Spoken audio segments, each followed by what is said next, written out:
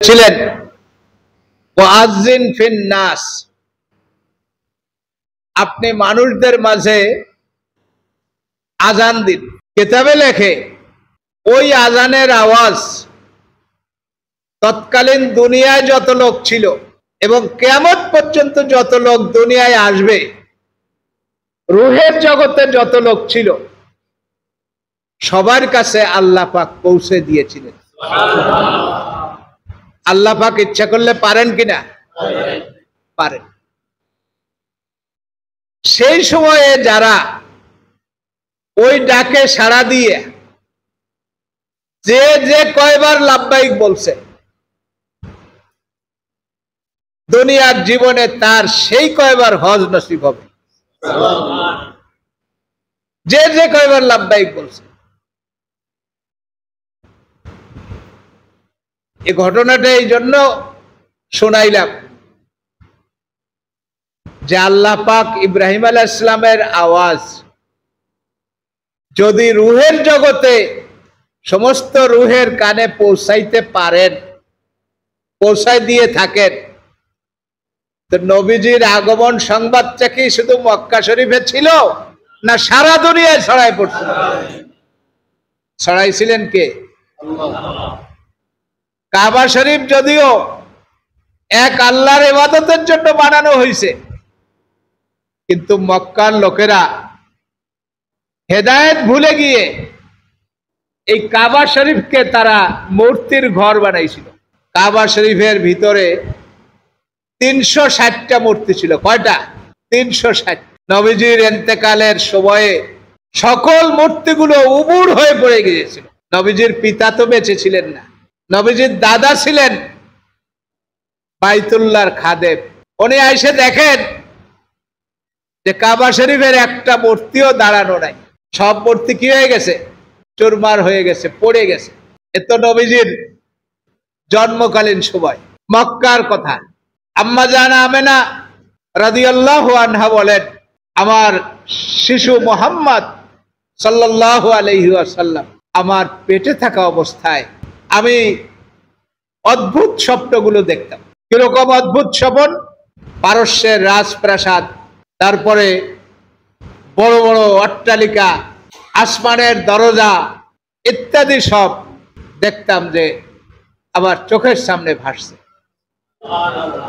আমি যখন কোথাও যেতাম তখন মেঘে আমাকে ছায়া দিত, গাছে আমার কে নুয়ে সালাম দিত, এবং আমি যদি পানি আনতে যেতাম, সবার কূপ থেকে বালতি দিয়ে পানি উঠানো লাগে, আর আমার জন্য পানিটা কূপের মুখে চলে আসতো।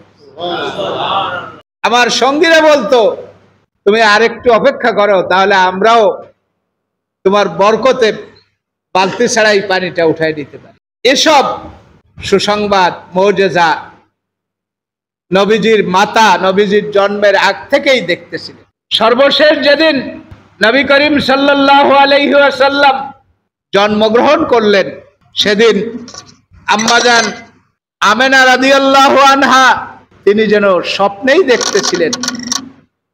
স্বপ্ন না, এটা ছিল চাক্ষুষ।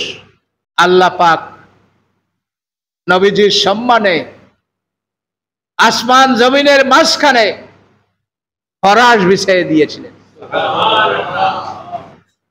বেহেশত থেকে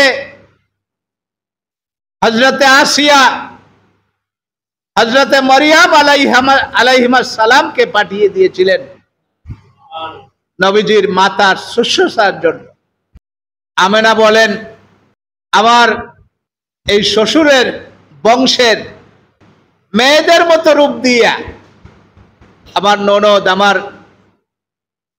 উপশাশুড়ি, এরকম এই বংশের মেয়েদের রূপ দিয়ে আল্লাহ অগণিত ফেরেশতা আমার খেদমতের জন্য পাঠিয়ে দিয়েছে। নবী করিম সাল্লাল্লাহু আলাইহি ওয়াসাল্লাম যে কয়দিন তার মায়ের পেটে ছিলেন, সন্তান হওয়ার যে কষ্ট, সন্তান বহনের যে কষ্ট, এর কোনো কিছুই নবীজির দ্বারা তার আম্মা ভোগ করেন। নবীজি যখন জন্মগ্রহণ করেন, স্বাভাবিকভাবে সন্তান জন্মগ্রহণ করতে মহিলারা অপবিত্র হয়, সন্তানের সাথে কিছু অপবিত্র রক্ত পানি ইত্যাদি বের হয়, কিন্তু নবীজির ক্ষেত্রে এটা হয়। নবীজি জন্মগ্রহণ করেছেন খাতনা দেওয়া অবস্থায়। নবীজি জন্মগ্রহণ করে আল্লাহর সিজদায় লুটিয়ে পড়েছেন। মায়ের কোলে থাকতে ঈসা আলাইহিস সালাম কথা বলেছে না? কি বলেন? ঈসা আলাইহিস সালামের চাইতে কি আমাদের নবীর মর্তবা কম ছিল? কম ছিল না, বেশি ছিল। এই যে কথাগুলো, এই কথাগুলো ইতিহাসের কিতাবে আছে, হাদিসের কিতাবে আছে, তাফসীরের কিতাবে আছে। আমরা মিলাদ মাহফিলে এই কথাগুলোই তো বলি। এ কথাগুলো কি কোরআন হাদিসের বাইরের কথা? একদল লোক মিলাদ মাহফিলের নাম শুনলেই তাদের গায়ে জ্বালা ধরে। তারা মিলাদকে সমাজ থেকে উচ্ছেদ করার জন্য তারা উঠে পড়ে লেগেছে। আমি বলবো, তারা কি ওয়াজ মাহফিল করেন না? খতমে বুখারী অনুষ্ঠান করেন না? খতমে কোরআন অনুষ্ঠান করেন না? মাদ্রাসার সবক অনুষ্ঠান করেন না? দিস্তারবন্দি অনুষ্ঠান করেন না? এগুলো কোন কিতাবে আছে, কোন জায়গায় আছে? আপনারা সোজা সাপটা কথা বলবেন। তোমাদের খতমে বুখারী, তোমাদের দিস্তারবন্দি, তোমাদের ওয়াজ মাহফিল যে কিতাবের যেই পৃষ্ঠায় আছে, ওই কিতাবের ওই পৃষ্ঠায় আমাদের মিলাদের কথাও আছে। বরং আরো আমাদের মিলাদের কথা আল্লাহ পাক নিজেই বলেছেন। মিলাদ এর একটু ব্যঙ্গ করে। আসলে নবীজির শানে বেয়াদবি করলে এটা কিন্তু আল্লাহ পাক সহ্য করেন। আল্লাহর শানে যদি কেউ এই কথা বলে, আল্লাহ তাকে তওবা করার সুযোগ দেন, তওবা করলে আল্লাহ মাফ করে দেন। কিন্তু নবীজির শানে যদি কেউ বেয়াদবি করে, তার অবস্থা দুনিয়া এবং আখেরাতে কিতাবে লেখে, নবীজির শানে বেয়াদবিকারীকে যদি কেউ হত্যা করে, আল্লাহর দরবারে তার বিচার হবে না। কারণ সে নবীর শানের কারণে এটা করেছে। দুনিয়ার বিচারে হয়তো তাকে ফাঁসি দেওয়া হবে, রেহাই দেওয়া হবে না, কিন্তু আল্লাহর বিচারে সে ধরা খাবে না, বরং আল্লাহর বিচারে সে আরো পুরস্কৃত হবে। প্যারে হাজিরিন, আল্লাহ পাক বলেন, কুল বিফাদলিল্লাহি ওয়া রাহমাতিহি, তুমি আল্লাহর দয়া মেহেরবানির কথা বলো, আল্লাহর রহমতের কথা বলো। অবেযালিকা ফালিয়াফরাহু, আর এই দয়া মেহেরবানি পাইয়া তোমরা খুশি হও। নবীজি রাহমাতুল লিল আলামিন কি বলেন? ওমা আরসালনাকা ইল্লা রাহমাতাল লিল আলামিন, আমি আপনাকে প্রেরণ করেছি জগৎবাসীর জন্য রহমত হিসেবে। আপনাদেরকে আমাদেরকে কিছু লোকে ভুল বুঝায় যে নবীজি তো 40 বছর বয়সে নবী হইছেন, তো নবীজির মানতে হইবে 40 বছর পরের কথা, আগের কথা নয়। নবীজি 40 বছর পরে ওহী প্রাপ্ত হয়েছেন, নবুয়তের স্বীকৃতি পাইছেন, কিন্তু আল্লাহর কাছে তিনি নবী হিসেবে স্বীকৃতি তো জন্মের আগেই। নবীজি বলেন, কুনতু নবিয়ান ওয়া আদামু বাইনাল মাই ওয়াত তিন, আমি তখনও আল্লাহর কাছে নবী হিসেবে স্বীকৃত যখন আদম আলাইহিস সালামের সৃষ্টি হয় নাই। তার শরীরের মাটির অংশ মাটির মধ্যে ছিল, পানির অংশ পানির মধ্যে ছিল। বাস্তবে কথা হলো, আল্লাহ কাকে নবী বানাবেন এটা আল্লাহ পাক আগেই নির্ধারণ করে রেখেছিলেন। আব্বাজান আদম আলাইহিস সালাম তার সামনে তার সন্তানদের রূহ রাখা হলো। তিনি দেখতে পেলেন উজ্জ্বল একটা রূহ। জিজ্ঞাসা করলেন, এই রূহটা কার? জবাব আসলো, এই রূহটা আপনার সন্তান দাউদ আলাইহিস সালামের। আদম আলাইহিস সালাম জিজ্ঞাসা করলেন, এর বয়স কতদিন হবে? দুনিয়ায় একটা লোক ছিলেন যিনি তার বয়স জানতেন। আমরা কিন্তু কেউ আমাদের বয়স জানি না। কি বলেন? জানি। অমা তাদরি নাফসুম বিআইয়ি আরদিন তামুত, অমা তাদরি নাফসুম মাজা তাকসিবু গাদা। কোন ব্যক্তি জানে না সে কোন জায়গায় মারা যাবে। কোন ব্যক্তি জানে না আগামী দিন তার কি হবে।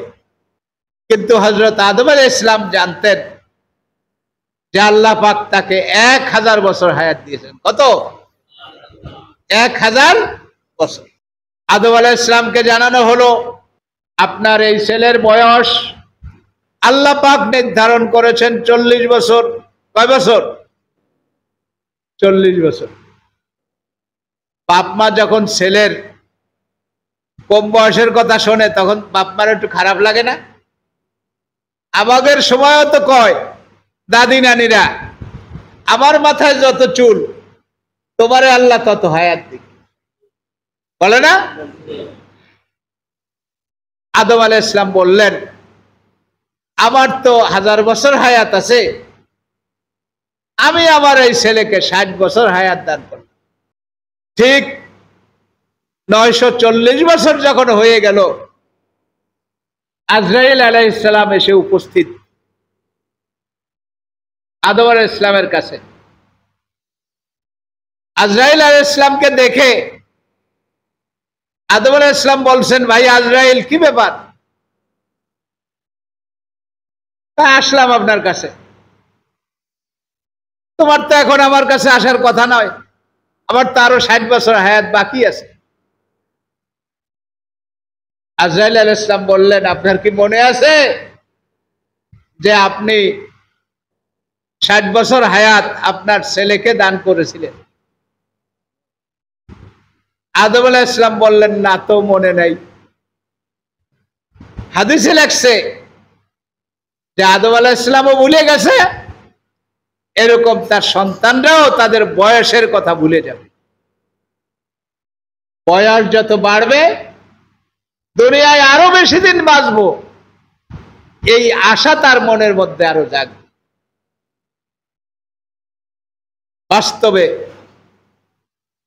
এক এক করে চিঠি কিন্তু এসে যাচ্ছে। চুলদাড়ি কালো ছিল, সাদা হয়ে গেছে। চোখের দৃষ্টি প্রখর ছিল, কমে গেছে। কানে ভালো শুনতাম, এখন শুনি না। আগে 2 পায়ে হাঁটতাম, এখন লাঠি লাগে, 3 পায়ে হাঁটা লাগে। গোশত চিবাই খাইতাম, এখন দাঁত নড়বড়ে হয়ে গেছে, শক্ত খাবার খাইতে পারি না। প্যারে হাজিরিন, দুনিয়ায় আমরা থাকবো না, কিন্তু যাবার সময় কি নিয়ে যাব? যাবার সময় যেটা নিতে হবে সেটা হলো দুনিয়ার বাড়ি গাড়ি, দুনিয়ার সহায় সম্পদ, সন্তানাদি, স্ত্রী, কোনো কিছুই সাথে যাবে না। সাথে যাবে আমল। সাথে যাবে কি? আমল। আমলটা করে যেতে হবে। আর কবরে যাইয়ে যে সম্মুখীন হব, আপনি যদি বিদেশে কোথাও যান, প্লেনে ভ্রমণের, বিদেশে ভ্রমণের কারো অভিজ্ঞতা থাকলে সে বিষয়টার সম্মুখীন হয়ে থাকতে পারেন। আপনি বিদেশে কোথাও যাচ্ছেন, এখান থেকে বলে দেওয়া হলো যে অমুক যাচ্ছে, আপনার কোনো অপরিচিত কেউ হয়তো তাকে বলে দেওয়া হলো, সেখানে আপনার পরিচিত কেউ নাই, কিন্তু আপনি যে সংস্থার মাধ্যমে যাচ্ছেন বা অন্য যে কারোর মাধ্যমে যাচ্ছেন, বা যাদের কাছে যাচ্ছেন তাদেরকে বলে দেওয়া হলো যে অমুক যাচ্ছে অমুক নম্বর ফ্লাইটে, তখন তারাও তো আপনাকে চেনে না, আপনিও তাদেরকে চেনেন না। তখন তারা করে কি, বুকে একটা প্ল্যাকার্ড লাগায়, সাইনবোর্ড লাগায়, লাগাইয়া আপনাকে বলে দেওয়া হয় যে এই বুকে এই লেখা, এইটা থাকলে বুঝবা যে অমুকরা তোমাকে কি করতে আসছে, আগাইতে আসছে, রিসিপশন করতে আসছে। আপনি যদি এই লোকটাকে চিনতে পারেন, আপনার আর কোনো চিন্তা আছে? ওইখানে সব ব্যবস্থা তারা করবে। প্যারে হাজরিন, আপনাকে আমাকে যখন কবরে রাখা হবে, কবরে রাখার পরে তিনটে প্রশ্ন করা হবে। একটা প্রশ্ন হলো মান রব্বুকা, তোমার প্রভুকে। আর একটা প্রশ্ন হলো মা দিনুকা, তোমার ধর্ম কি। আর একটা প্রশ্ন হবে, একজন লোককে দেখাইয়ে বলা হবে মান হাজার রজুল, এই লোকটাকে। এখন আপনি যদি ওই লোকটার পরিচয় জানা থাকে, বলতে পারেন, তাহলে আপনার আর কোনো সমস্যা আছে? সেই লোকটা আর কেউ নন, তিনি হলেন আপনার আমার নবী মুহাম্মদুর রাসূলুল্লাহ সাল্লাল্লাহু আলাইহি ওয়াসাল্লাম।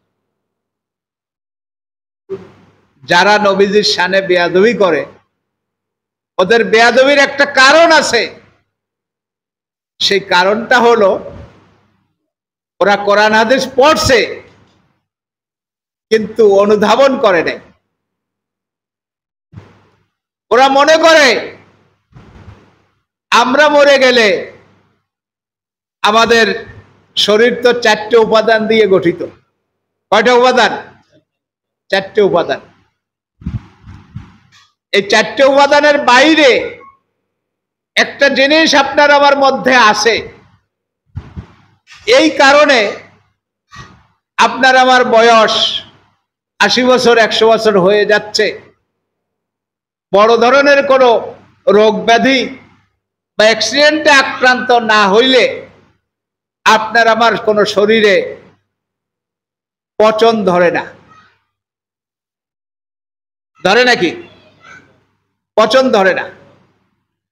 আল্লাহ এমন একটা সিস্টেম করে দিয়েছেন যে মাথার তালু থেকে পায়ের তালু পর্যন্ত একেবারে সেকেন্ডে আপনার আমার শরীরে রক্ত চলাচল করতেছে। যখন ওই অদৃশ্য বস্তুটা আপনার আমার থেকে বেরিয়ে যাবে, বৈজ্ঞানিকরা বহু চেষ্টা করেছে অদৃশ্য বস্তুটাকে ধরার জন্য, কাঁচের বাক্স বানাইয়া কোন ছিদ্র ছাড়া রেখে দিয়েছে, আরো বিভিন্ন রকমের চেষ্টা করেছে, কিন্তু পারে নাই। আল্লাহর নবীকে কাফেররা এসে জিজ্ঞাসা করলো, মার রূহ, রূহটা কি জিনিস? আল্লাহ পাক বলে দিলেন, কুলির রূহ মিন আমরি রব, রূহ হলো আমার প্রভুর হুকুম। আপনার আমার মায়ের পেটে আপনার আমার শরীরটা গঠন হওয়ার পরে ওই মায়ের পেটে থাকতে ওই রূহটা আল্লাহ পাক ফুঁকে দিয়েছেন। হযরত মারিয়াম আলাইহিস সালাম, তিনি তো নবীর মেয়ে, আর এক নবীর তত্ত্বাবধানে থেকে বাইতুল মুকাদ্দাসে বিশেষ কামরায় বসে ইবাদত বন্দেগীতে রত থাকেন। আল্লাহ পাক তার শানে কোরআনে আয়াত নাজিল করেছেন যে আল্লাহ তাকে পবিত্র করেছেন। সেই মহিলা আল্লাহর অপার সৃষ্টি। আল্লাহ সবভাবে কোন ফায়াকুনের মালিক। বাবা আদম আলাইহিস সালামকে সৃষ্টি করেছেন মা বাপ ছাড়া। বাবা আদমের মাও নাই, বাপও নাই। হাওয়া আলাইহিস সালামকে সৃষ্টি করেছেন মিনাল হাইয়ে, বাপ মা ছাড়া। কিন্তু একটা উপাদান আছে, আদম আলাইহিস সালামের বাম পাঁজরের হাড় থেকে সৃষ্টি করেছেন। হযরত ঈসা আলাইহিস সালামকে আল্লাহ সৃষ্টি করেছেন বাপ ছাড়া। জিবরিল আমিনকে পাঠিয়েছেন যে মরিয়ম আলাইহিস সালামের কাছে যাও, যাইয়ে তাকে হা করতে বলো। সে হা করলে তার মুখের ভিতরে ঈসা আলাইহিস সালামের রূহটা ফুঁকে দিও। এভাবে আল্লাহর হুকুম, রূহ আপনার আমার শরীরের ভিতরে ঢুকেছে। যেদিন এই রূহটা বেরিয়ে যাবে, 12 ঘন্টা যেতে না যেতেই পেট ফুলে যাবে, শরীর ফুলে যাবে, জায়গায় জায়গায় পচন শুরু হয়ে যাবে। কি বলেন, শুরু হয় কিনা? বলে যে গরমের দিন তাড়াতাড়ি কবরে দেওয়া দরকার, বলে না? এখন আমাদের শরীর তো মাটির অংশ মাটিতে চলে যায়, পানির অংশ পানিতে মিশে যায়, বাতাসের অংশ বাতাসে মিশে যায়, আগুনের অংশ আগুনে মিশে যায়। কিন্তু আল্লাহর নবীদেরকে আল্লাহ পাক সম্মানিত করেছেন। নবী করিম সাল্লাল্লাহু আলাইহি ওয়াসাল্লামকে জিজ্ঞাসা করা হলো, ইয়া রাসূলুল্লাহ, আপনি জীবিত অবস্থা আপনাকে আমরা দুরূদ ও সালাম দেই, আপনার ইন্তেকালের পরে কি অবস্থা হবে? নবীজি বললেন, ইন্নাল্লাহা হাররামা আলাল আরদি আন তাকুলা আজসাদাল আম্বিয়া।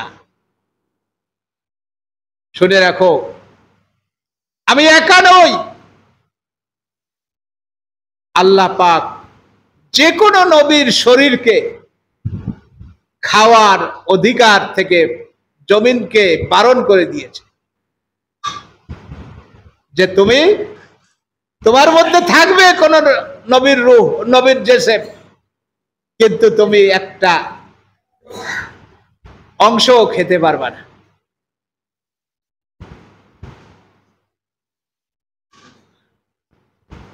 আল্লাহ পাক কোরআন শরীফের ভিতরে নিদর্শন দেখায় দিয়েছেন। আসহাবে কাহাফের লোকেরা যেই পাহাড়ে ঘুমায়ে ছিল, 1 নয় 2 নয় 309 বছর। কত? 309 বছর ঘুমায়ে ছিল, কিন্তু তাদের শরীরে পচন ধরে নাই। তো নবীরা শহীদদের ব্যাপারে আল্লাহ পাক আয়াত নাযিল করে দিয়েছেন, ওয়ালা তাকুলু লিমান ইউকতালু ফি সাবিলিল্লাহি আমওয়াত বাল আহইয়া। তোমরা শহীদদেরকে মৃত বলো না, বরং তারা জীবিত। হাদিসে এসেছে, কোন ব্যক্তি শহীদ হলে তার রূহটাকে আল্লাহ একটা সবুজ পাখির মধ্যে সেট করে দেন, আর ওই পাখিটাকে বেহেশতের মধ্যে ছেড়ে দেন। বেহেশতের মধ্যে যেখানে খুশি সে গমনাগমন করতে পারে। দুনিয়ার সকল মানুষ হিসাব নিকাশের পরে বেহেশতে যাবে, আর শহীদরা তার ইন্তেকালের পরপরই বেহেশতে চলে যাবে। নবীদের রূহগুলো আল্লাহ পাক তার বিশেষ হেফাজতে রেখেছেন। মেরাজের রাত্রিতে নবীজি বাইতুল মুকাদ্দাসে নামাজ পড়েছেন, 2 রাকাত নামাজ। ইমামতি করেছেন আমাদের নবী মুহাম্মদুর রাসূলুল্লাহ সাল্লাল্লাহু আলাইহি ওয়াসাল্লাম। পিছনে মুক্তাদি ছিল 1 লক্ষ বা 2,24,000 পয়গম্বর। এখন তারা যদি রূহের জগতে জীবিতই না হন, তাহলে নবীজির পিছনে নামাজ আদায় করলেন কিভাবে? নবীজি মুসা আলাইহিস সালামকে দেখতে পেলেন ইউসাল্লি ফি কবরিহি। একটা কথায় কিন্তু আমার গাছ বানানো না, সব হাদিসের কথা। মুসা আলাইহিস সালাম কবরে নামাজ পড়তেছেন। দুনিয়ায় যে যে কাজ করে কবরে কিন্তু সে সেই কাজ করবে। যদি কেউ কোরআন শরীফ তেলাওয়াত করে, কবরে বসে বসে সে কোরআন শরীফ তেলাওয়াত করবে। যদি কেউ নিজেকে নিজে আত্মহত্যা করে, তাহলে কবরে বসে বসে সে ওই গাছে উঠবে, দড়িতে ঝুলবে, মরবে, লোকেরা আবার তারে নামায় আনবে, আবার সে পুরো জিন্দা হয়ে যায়, আবার সেই গাছে উঠবে, আবার সে গলায় দড়ি নেবে। এই হাল তার কিয়ামত পর্যন্ত চলতে থাকে। প্যারে হাজিরিন, এই দুনিয়ার জীবনের আমলটা কবরে বসেই সবাই করবে, কিন্তু পার্থক্য একটাই। এই দুনিয়ার জীবনে বসে আপনি একবার সুবহানাল্লাহ বলেন, তামলাউল মিজান, নেকির দাড়ি পাল্লা ভরে যাবে। একবার আলহামদুলিল্লাহ বলেন, এটাও আর এক দাড়ি পাল্লা ভরে যাবে। অন্য রাওয়ায়াতে আছে আসমান জমিনের মধ্যের ফাঁকা জায়গাগুলো সুবহানাল্লাহর দ্বারা ভরে যাবে। অন্য রাওয়ায়াতে আছে যদি কেউ একবার সুবহানাল্লাহ বলে, বরিসাত লাহু নাখলাতুন ফিল জান্নাহ, তার জন্য জান্নাতের মধ্যে একটা খেজুরের গাছ লাগানো হবে। দুনিয়ার খেজুরের গাছ না, সুবহানাল্লাহর খেজুরের গাছ। খেজুর গাছ হলো ফলনের দিক দিয়ে সবচেয়ে বেশি ফলদায়ক গাছ। আপনার আম গাছে আম ধরে ঠিক আছে, কিন্তু অত পরিমাণ ধরে না যত পরিমাণে খেজুর ধরে। একটা আঠির থেকেই তো একটা খেজুর গাছ হয়, আর প্রতি বছর কত হাজার হাজার খেজুর একটা গাছে ধরে। অর্থাৎ আপনার প্রতিটা সুবহানাল্লাহ জান্নাতের ভিতরে একটা এরকম ফলদায়ক গাছ রোপণ করা হবে, তার সওয়াব আপনার আমলনামায় যুক্ত হতে থাকবে। এটা হলো দুনিয়ায়। কিন্তু আপনি কবরে যাইয়া 1000 বছর ধরে লক্ষ লক্ষ খতম কোরআন শরীফ পড়েন, একটা নেকিও আপনার আমলনামায় হবে না, একটা নেকিও হবে না। কিন্তু মানুষ করতে থাকবে কেন? যে দুনিয়ায় এটা সে করেছে, এটা তার পছন্দনীয় আমল। প্যারে হাজিরিন,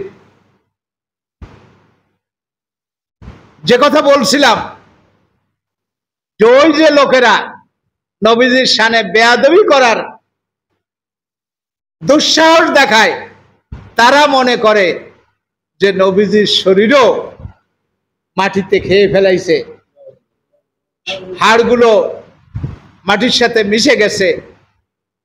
এই জন্য দেখবেন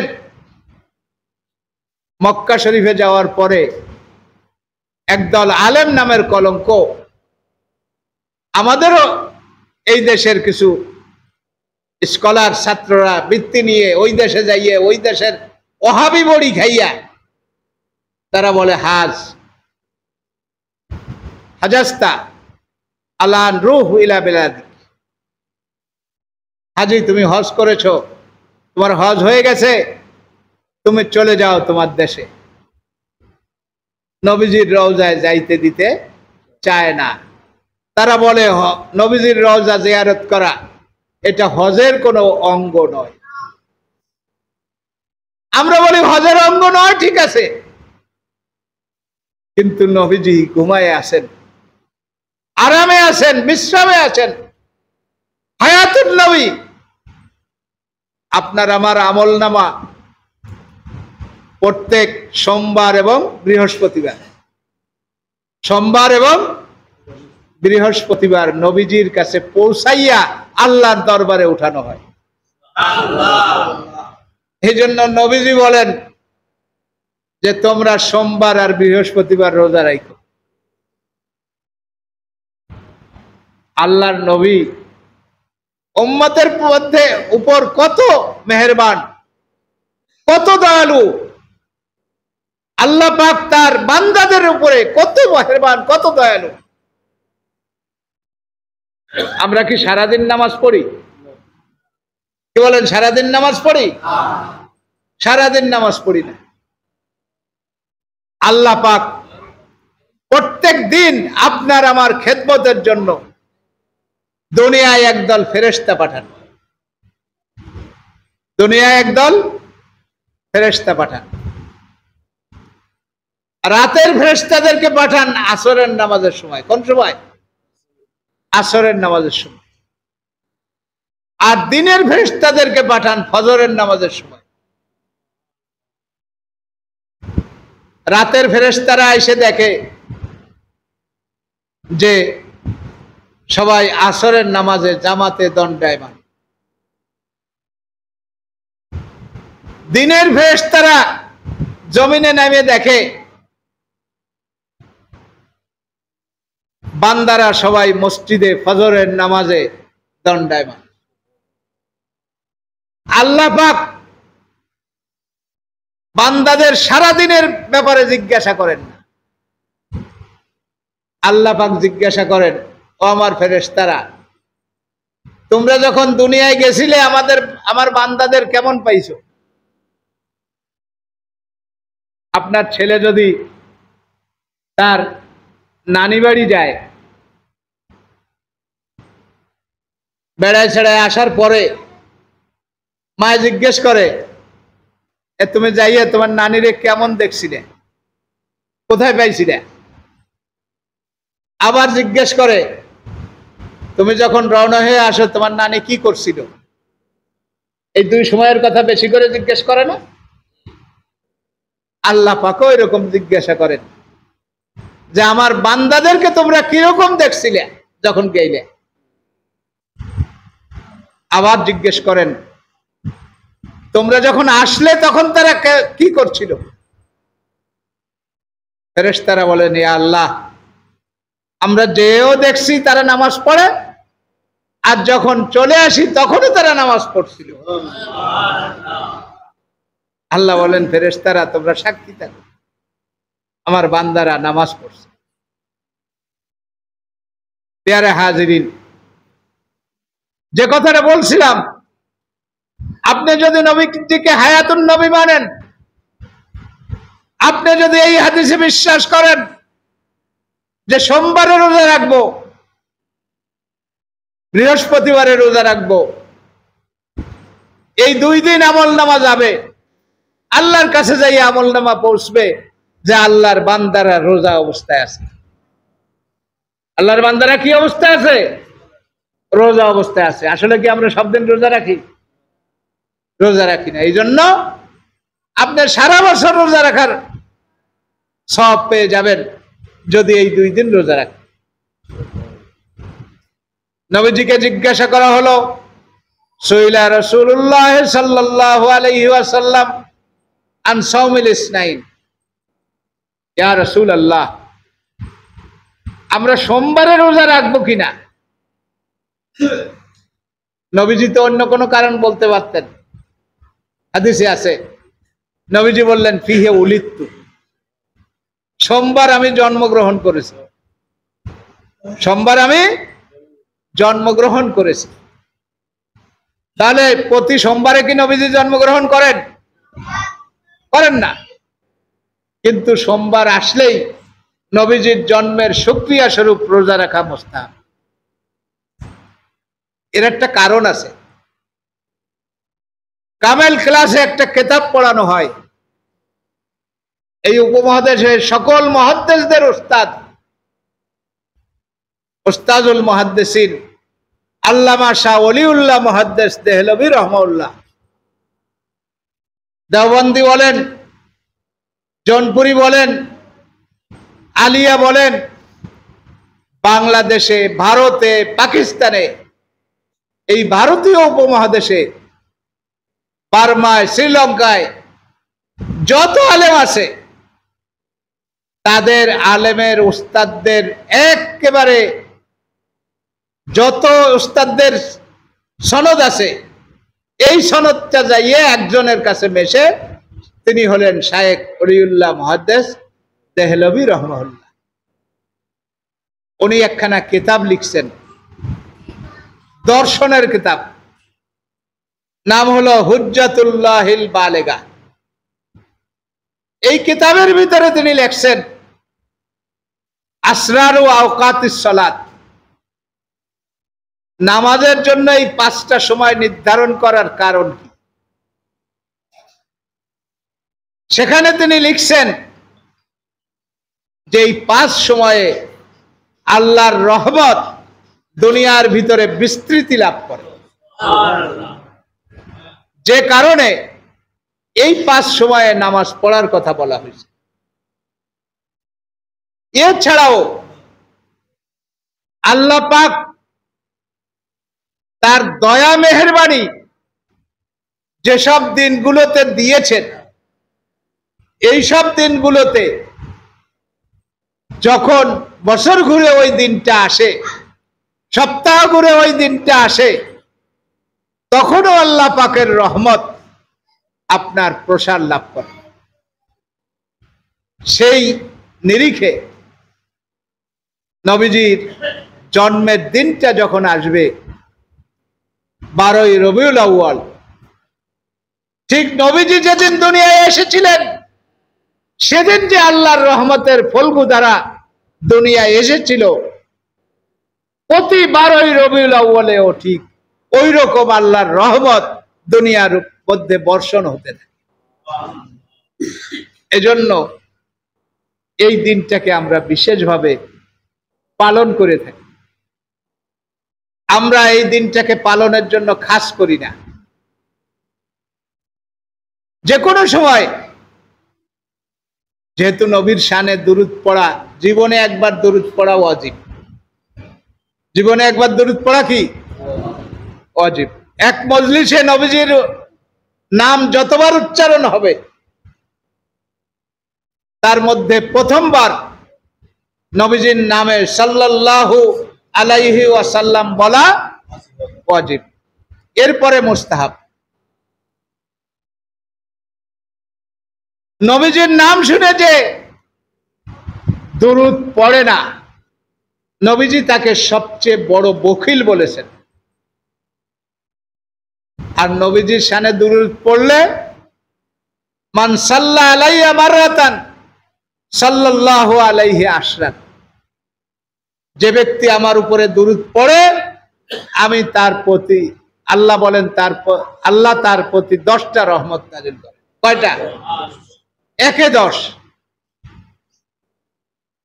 নবীজি বলেন, 2 রকমের হাদিস। এক হলো আমার উপরে যে যেখান থেকে সালাম পড়ুক,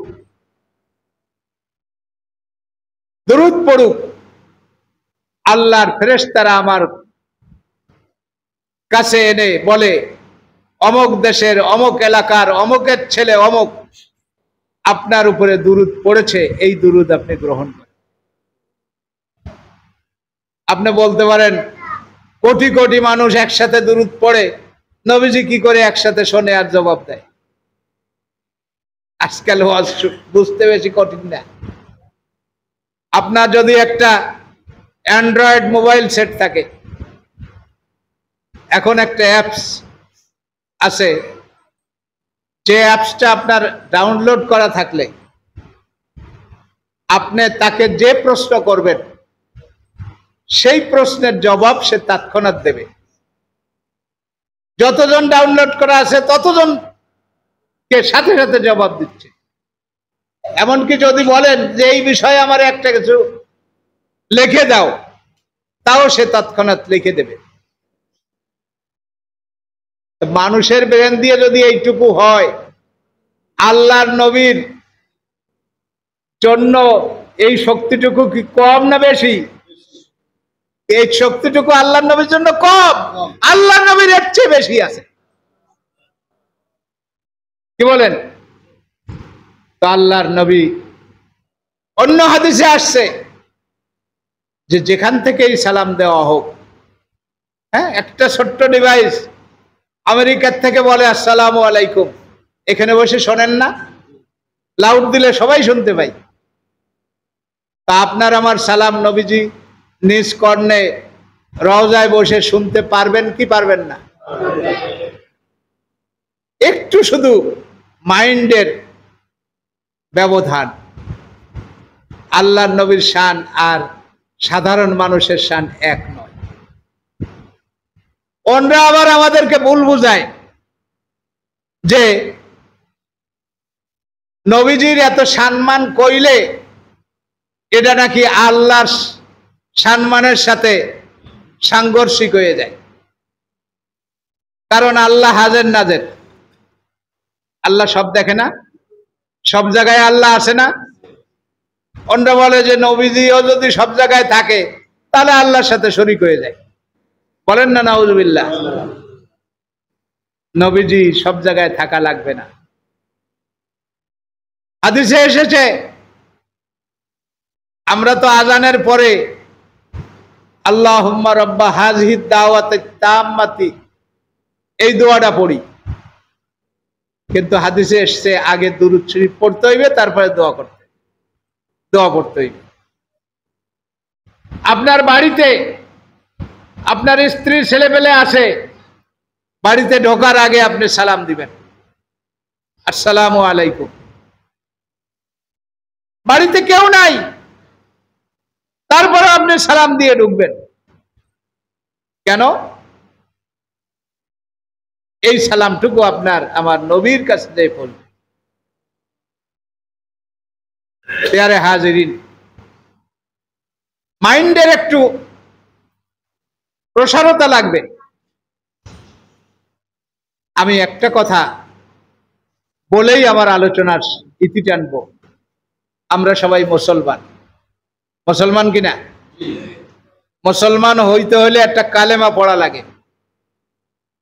এই কালেমাটা আমরা সবাই জানি। কি বলেন?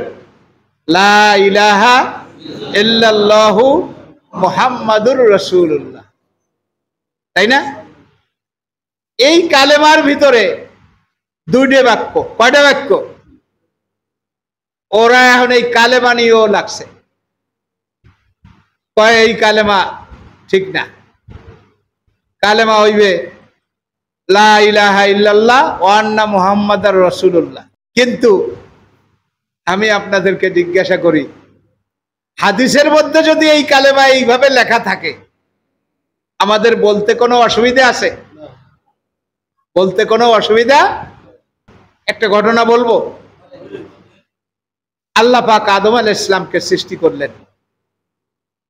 সৃষ্টি করে আদম আলাইহিস সালামকে পয়লা আল্লাহ পাক ডাক দিলেন ইয়া আবা মুহাম্মদ।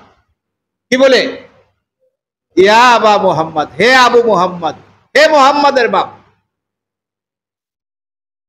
আমরা বড় সড়ো কারোর নাম ধরে ডাকি? নাম ধরে ডাকি না।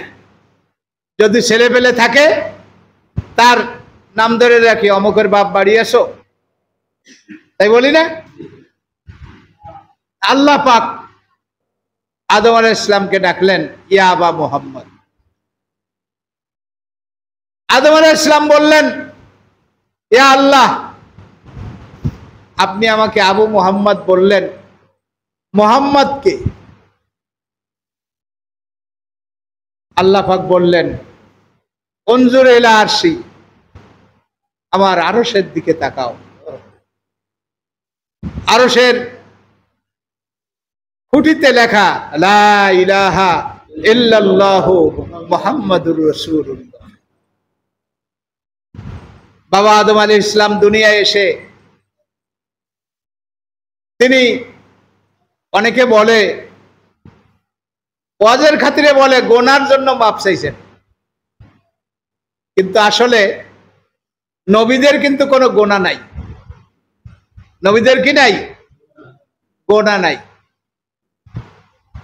আপনার নাবালেগ একটা ছেলে যদি সে একটা কটু কথাও বলে, তাকে কি আপনি পুরা থাপ্পড় দেন? তাকে অগত্যা এতটুকু বলেন যে সব কথা পচা, এগুলো বলতে হয় না, তাই না? কিন্তু বুঝসুজলা যদি কেউ সামান্য একটা গালিও দেয়, তখন তাকে কি করেন? ধমক দেন। আল্লাহ পাক আদম আলাইহিস সালামকে রেখেছিলেন কোথায়? জান্নাতে। কোন জায়গায়? জান্নাতে। জান্নাতের ভিতরে আপনি আমি যখন যাব, তখন কিন্তু আপনার আমার আর কোনো পাপের সুযোগ থাকবে না, পাপ হবে না। জান্নাতে আপনি যা চাইবেন তাই পাইবেন। ওয়ালাকুম ফিহা মা তাশতাহি আনফুসুকুম ওয়ালাকুম ফিহা মা তাদদাউন। হুজুরে তো ওয়াজ করে যে জান্নাতে যা চাইবে তাই পাইবে। এক কাঠমিস্ত্রি, সে হুক্কার খুব ভক্ত। এখন সে ওয়াজটা শুনে এসে কয়, হুজুর জান্নাতে যে কি হুক্কা পাওয়া যাবে? হুজুর বলেন, হুক্কা ঠিকই পাওয়া যাবে, কিন্তু হুক্কা খানেওয়ালা পাওয়া যাবে না। তো বাস্তব কথা হলো, আদম আলাইহিস সালাম ওই গন্ধম খাইয়া কোনো গুনাহ করেন নাই। কারণ হলো জান্নাতের ভিতরে কোনো গুনাহ করার জায়গা না। ওখানে যে অন্যায়টাই হোক, অন্যায় বললাম, যে ভায়োলেশনটা হোক, সেটা অপরাধের পর্যায়ে পড়ে না। কারণ ডাক্তারের কাছে রোগী গেলে স্টমাকের খারাপ, ডাক্তার বলে যে এই রোগীকে এই সহজপাচ্য খাবার খাওয়াবেন, ভাত নরম করে খাওয়াবেন,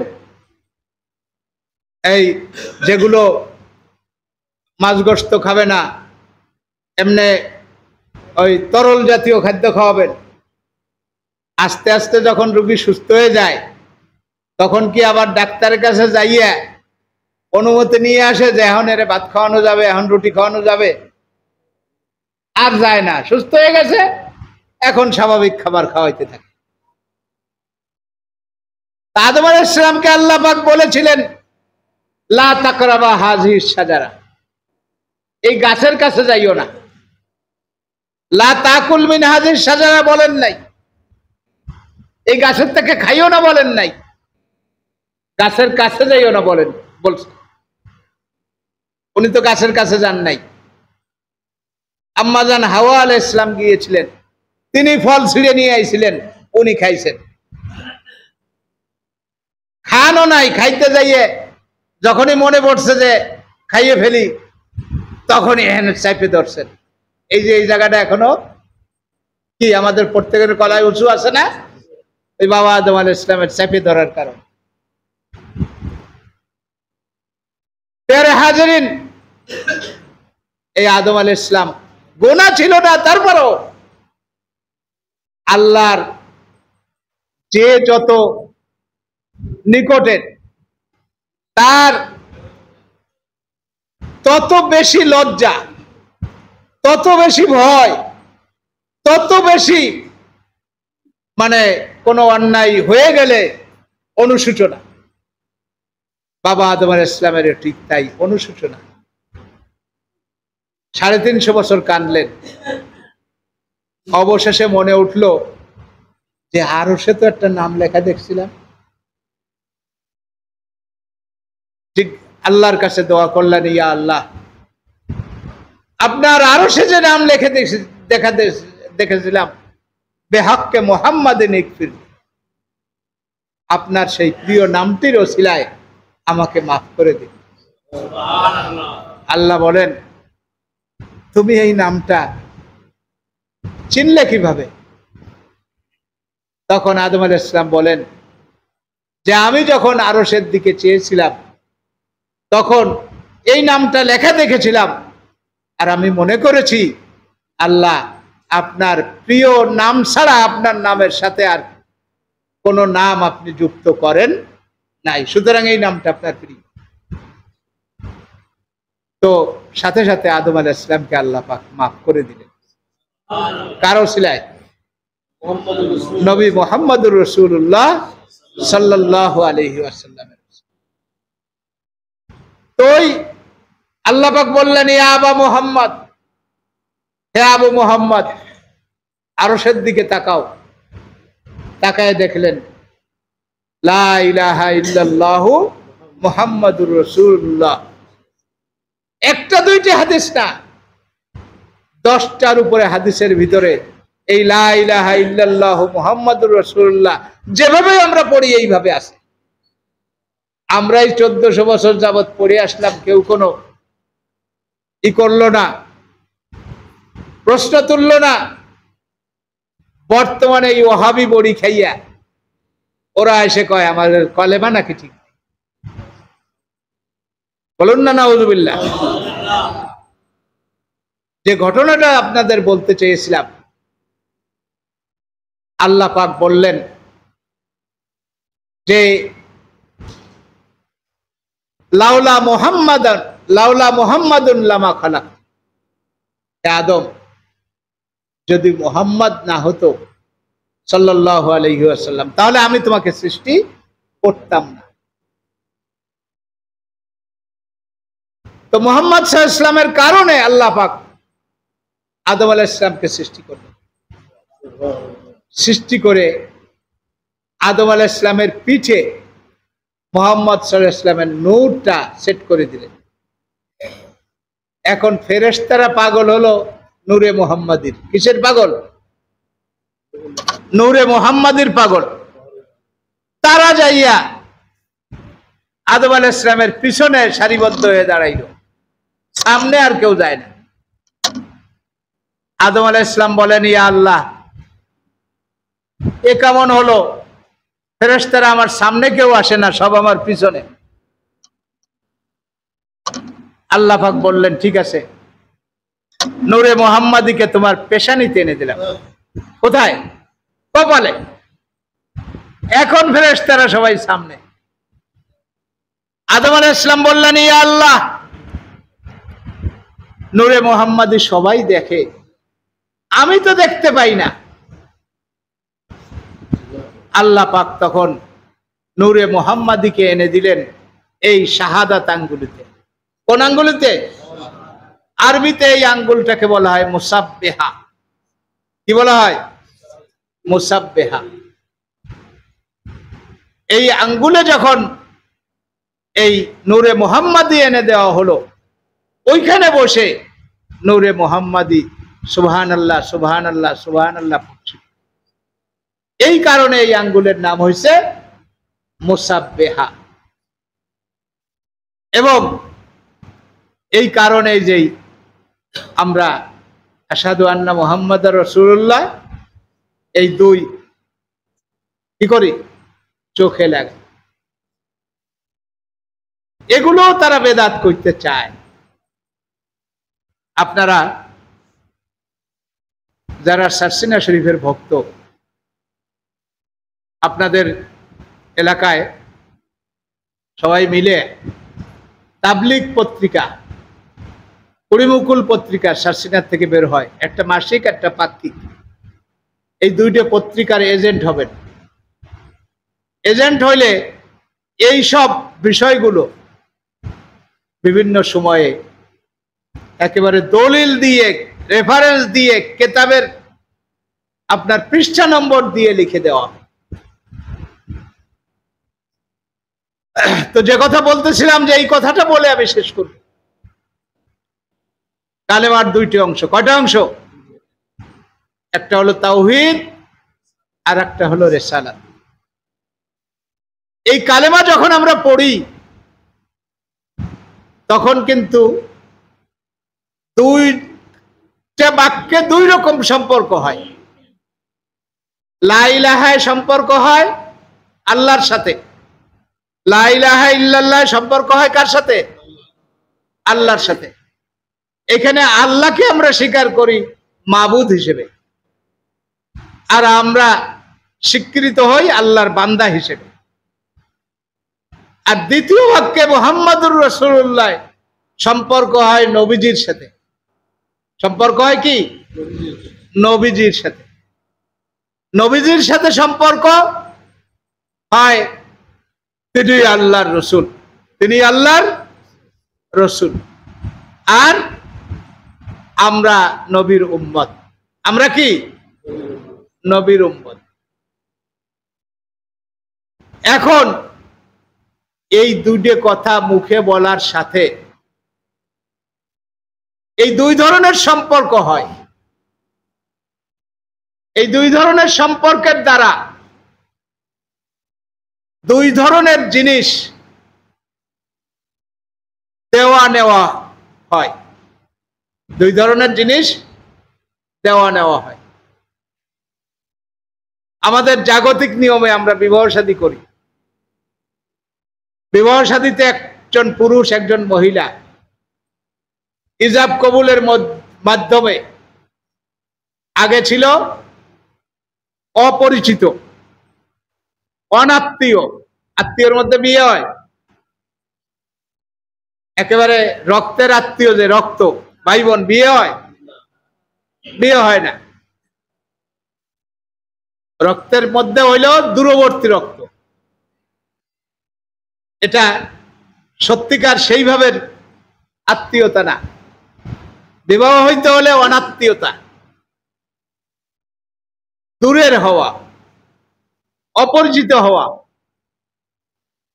একেবারে দুই দেশের দুইজন, কেউ কারোর কোনোদিন দেখে নাই। দুইটে কথা বলার পরে তাদের মধ্যে পরিচয় হয়ে যায় না? তাদের মধ্যে সম্পর্ক হয়ে যায় না? আপন হয়ে যায় না? আপন হওয়ার পাশাপাশি যদি খালি এই আমাদের বেচা কেনারও একটা সম্পর্ক আছে। বেচা কেনার মধ্যেও ক্রেতা বলে যে আমি এই জিনিসটা বেচবো, বিক্রেতা বলে, আর ক্রেতা বলে আমি কিনলাম এত টাকায়। এতে মালটা একজনের কাছ থেকে আরেকজনের কাছে চলে যায় না? চলে যায়। কিন্তু এইটা যদি আপনার কোন প্রাণী হয়, তখন দেখা যায় যে ওই প্রাণীর সাথে ছোট্ট একটা বাছুর কিনে আনছে, গাই হইছে, 5টা বিয়েন দেশে, তারপরেও বেচতে চায় না। যে এর প্রতি আমার মায়া জড়াই গেছে, বলে কিনা? একটা অপরিচিত সংসারে একটা মহিলা গেছে, ওই স্বামীর সাথে তার দেখা সাক্ষাৎ, কথাবার্তা, আচার ব্যবহার হয়েছে, পরস্পরের মধ্যে একটা মায়া জড়ায় যায় না? এমন হয়ে যায় যে স্বামীর কোনো বদনাম সে শুনতে পারে না। এমনকি তার বাপের বাড়ির থেকেও যদি তাকে, তার স্বামীকে কেউ মন্দ বলে, সে তৎক্ষণাৎ জবাব দেয়। জবাব না দিতে পারলে বাপের বাড়ি যাওয়া পর্যন্ত বন্ধ করে দেয়। মায়ের টানে করে কিনা? আমরা যেই কালেমাটা পড়লাম, আমাদের সাথে আল্লাহর এইরকম একটা মহব্বতের সম্পর্ক দরকার আছে কিনা? কি বলেন, দরকার আছে কিনা? আল্লাহ বলেন, কুল ইন কুনতুম তুহিব্বুনাল্লাহ ফাত্তাবিউনি ইউহিব্বুকুমুল্লাহ। ও বান্দা, তোমরা যদি আল্লাহরে মহব্বত করতে চাও, আল্লাহকে কি করতে চাও? মহব্বত করতে চাও। তোমাদের এই মহব্বতটা বাড়বে একটা কারণে, ফাত্তাবিউনি, হে নবী আপনি বলে দিন তোমরা আমার অনুসরণ করো। আল্লাহর সঙ্গে আমাদের সম্পর্কের দেনা পাওনা লেনদেন হলো দুইটা জিনিস। আল্লাহ আমাকে আপনাকে দয়া করবেন। কি করবেন? দয়া করবেন। আল্লাহর দয়া ছাড়া আমরা বাঁচতে পারি? এক মুহূর্ত বাঁচতে পারি না। আর আমরা আল্লাহ ইবাদত করব, আমরা আল্লাহর কি করব? ইবাদত করব। আর একটা দেনা পাওনা হলো, আল্লাহ বলছেন তোমরা আমাকে ভালোবাসো। বলেন কুনতুম তুহিব্বুন আল্লাহ, তোমরা যদি আল্লাহরে ভালোবাসতে চাও, এর মধ্যে ভালোবাসার ইঙ্গিত রয়েছে, হুকুম রয়েছে। আল্লাহ বলেন তোমরা যদি ভালোবাসো তাহলে ইউহিব্বুকুমুল্লাহ, আল্লাহ তোমাদের দুইটা পুরস্কার দেবেন। একটা হলো আল্লাহ তোমাদের ভালোবাসবেন, ভালোবাসার পরিবর্তে ভালোবাসা দিবেন। আর একটা হলো ওয়াগফির লাকুম যুনুবাকুম, তোমাদের ত্রুটি বিচ্যুতি অন্যায় অপরাধ এগুলো আল্লাহ সব মাফ করে দিবেন। আর দ্বিতীয় যে বাক্য, নবীজির সাথে আমাদের সম্পর্ক, নবীজির সাথে সম্পর্ক, মুহাম্মাদুর রাসূলুল্লাহ, নবীজির সাথে সম্পর্ক হলো নবীজি আমাদের থেকে পাবেন এতাত। কি পাবেন? এতাত। ফাত্তাবিউনি, ফাত্তাবিউনি। আর নবীজি আমাদেরকে দেবেন শাফাত। কি দিবেন? শাফাত। নবীজি কিয়ামতের ময়দানে নবীজির সামনে দিয়ে কিছু লোককে জাহান্নামের দিক নিয়ে যাওয়া হবে। নবীজি বলবেন উসাইহাবি উসাইহাবি, এই ফেরেশতারা থামো থামো, এরা তো আমার সঙ্গী, এরা কি আমার সঙ্গী। ফেরেশতারা বলবে ইয়া রাসূলুল্লাহ, আপনারা যখন দুনিয়ায়, আপনি যখন দুনিয়ায় দিনে হায়াতে ছিলেন না, তখন এরা দুনিয়ায় এসেছিল, তখন এরা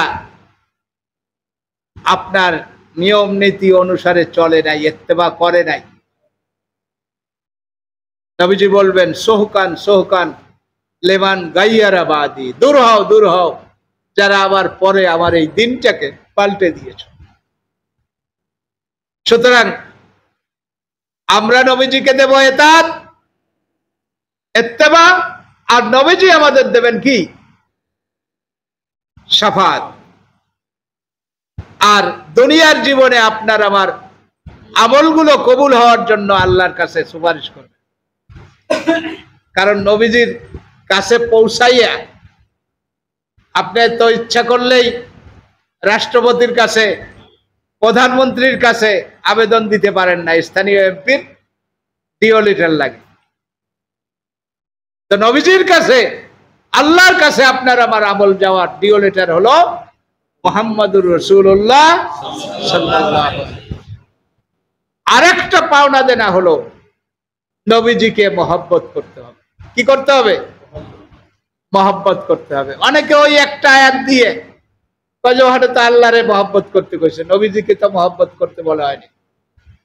আয়াত কি একটা? কি বলেন, আয়াত কি একটা? অনেক আয়াত আছে যে আয়াতের ভিতরে বলা হয়েছে যে নবীজিকে মহব্বত করতে হবে। আর নবিয়্যু আওলা বিল মুমিনিনা মিন আনফুসিহিম, প্রত্যেকে নিজের নফসকে ভালোবাসে কিনা?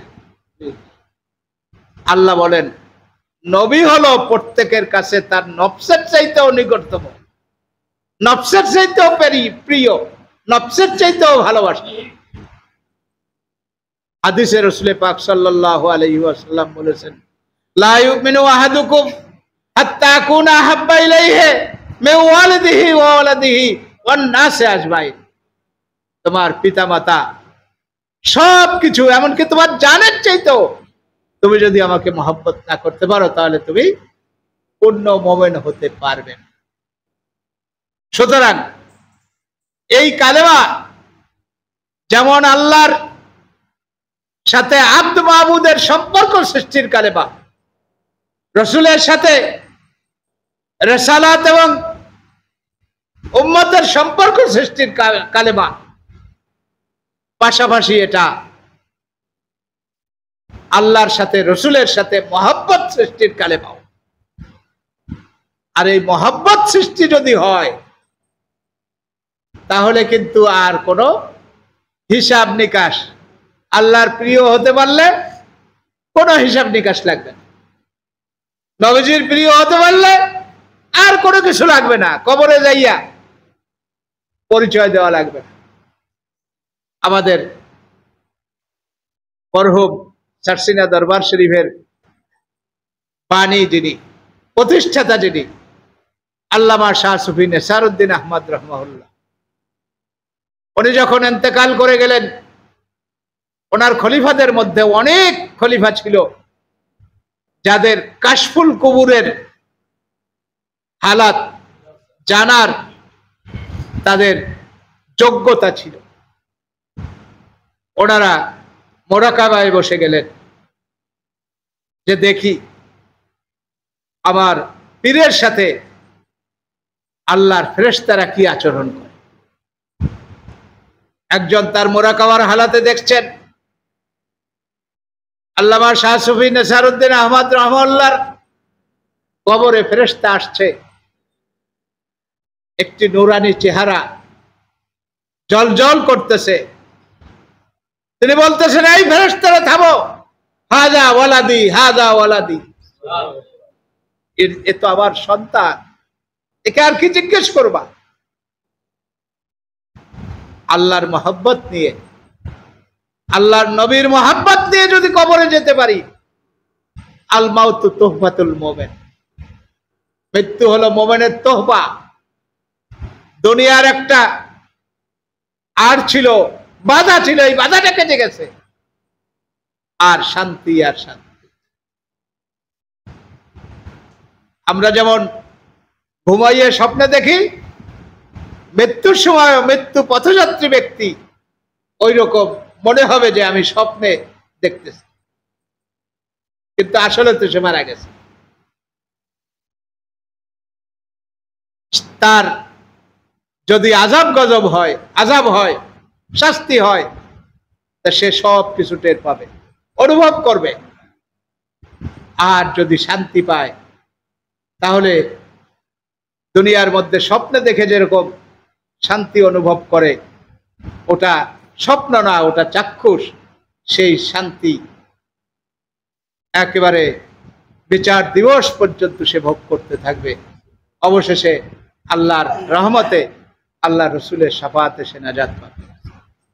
আজকের এই রবিউল আউয়ালের, এই 12 রবিউল আউয়ালের রাত্রিতে আমরা নবীজির ভালোবাসায়, নবীজির ইত্তেবা করার জন্য আমরা সবাই উদ্বুদ্ধ হই।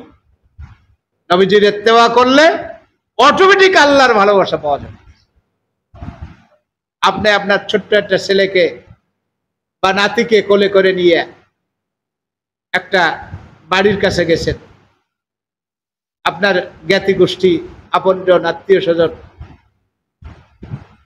বাড়ির কর্তা এসে আপনারে খাতির যত্ন কিছুই করে নাই, কিন্তু আপনার ওই নাতিটা, আপনার ওই ছেলেটার হাতে একটা চকলেটের প্যাকেট ধরায় দিছে, চকলেট খাও। এতে আপনি খুশি না বেজার? আপনার তো দেয় নাই, দেশে কারে? নাতিরে, দেশে কারে? ছেলেরে। আপনি খুশি কেন? আপনি নবীর উপরে দরুদ পড়েন, আল্লাহ খুশি, কারণ নবীর খুশিতে আল্লাহ খুশি, নবীর বেজারে আল্লাহ বেজার। আমাদেরকে এই সত্যটা উপলব্ধি করতে হবে, বেশি বেশি করে দরুদ শরীফ পড়তে হবে, বিশেষ করে শুক্রবার, বিশেষ করে কোন বার? শুক্রবারে নবীজি বেশি বেশি দুরূদ শরীফ পড়ার কথা বলছেন। আর চেষ্টা করবেন সবাই রাত্রে অন্তত 100 বার দুরূদ শরীফ পড়তে। 100 বার দুরূদ শরীফ পড়লে ভাগ্য ভালো হলে নবীজির জিয়ারত নসিব হবে। দুনিয়ায় যদি কেউ স্বপ্নে নবীজিকে দেখে, তাহলে স্বপ্নে অনেক কথা, স্বপ্নে শয়তান বিভিন্ন রূপ ধারণ করতে পারে, কিন্তু একটা রূপ শয়তান ধারণ করতে পারে না। সেই রূপটা হলো, সে স্বপ্নে এসে কথা বলতে পারে না যে আমি নবী মুহাম্মদুর রাসূলুল্লাহ সাল্লাল্লাহু আলাইহি ওয়াসাল্লাম। নবীজি বলেন, মান রাআনি ফিল মানামে ফাকাদ রাআনি, যে স্বপ্নে আমাকে দেখলো সে আমাকেই দেখলো। ফাইন্না শাইতানা লা ইয়াতামাসসালু বি, শয়তান আমার আকৃতি ধারণ করতে পারে। আল্লাহ পাক আমাদেরকে তৌফিক দান করুন যেন দুনিয়ায় থেকে আল্লাহর নবীর জিয়ারত আমাদের সকলের নসিব হয়। আর আগামীকাল যারা পারেন, আজকে সেহরি খেয়ে নবীজির জন্মের দিনের শুকরিয়া স্বরূপ রোজা পালন করতে, তারা অবশ্যই রোজা রাখার চেষ্টা করবেন। আমা আলাইনা ইল্লাল বালাগ। আসসালামু আলাইকুম ওয়া রাহমাতুল্লাহি ওয়া বারাকাতুহু।